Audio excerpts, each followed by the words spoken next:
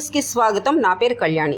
Bharatiya Janata party పిలుపు మేరకు party ఆవిర్భావ దినోత్సవం సందర్భంగా మన ఊరు మన జెండా కార్యక్రమంలో భాగంగా సబ్బవరం మండలం రావులమ్మపాలెంలో బీజేపీ సీనియర్ నాయకులు గౌరవనీయులు శ్రీ చొక్కాకుల వెంకటరావు గారి ఆధ్వర్యంలో 6/4/2026 ఉదయం 7 గంటలకు సచివాలయం వద్ద మన కాషాయం కమలం జెండా ఆవిష్కరణ జరిగింది.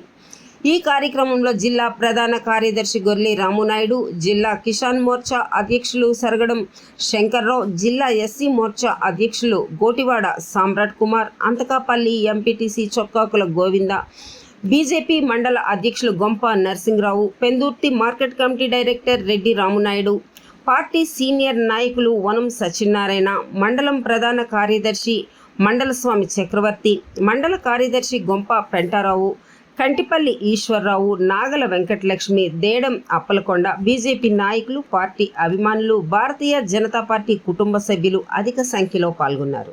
1980లో పుట్టినటువంటి పార్టీ 1984లో ఎంపీ ఎలక్షన్లో భారతదేశం అంతటా కూడా 2 సీట్లు గెలుచుకున్నటువంటి ఈ భారతీయ జనతా పార్టీ ఈ రోజు 1996లో 3 పర్యాయాలు అటల్ బిహారీ వాజ్పేయి గారు 3 పర్యాయాలు ఈ భారతదేశానికి ప్రధానిగా వ్యవహరించినటువంటి తీరు మనందరికీ తెలుసు. ఈ రోజు భారతదేశంలో నలుమూలల రోడ్లు ఈ విధంగా ప్రవహిస్తూ ఉన్నాయి అంటే దానికి కారణం దివంగత నేత శ్రీ వాజ్పేయి గారు అని చెప్పక తప్పదు.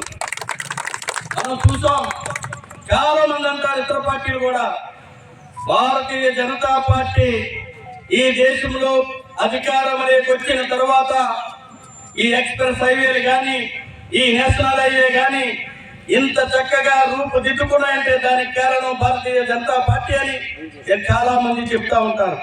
దానికి నిదర్శనం ఈ రోజు మన ప్రాంతంలో చూసుకుందాం.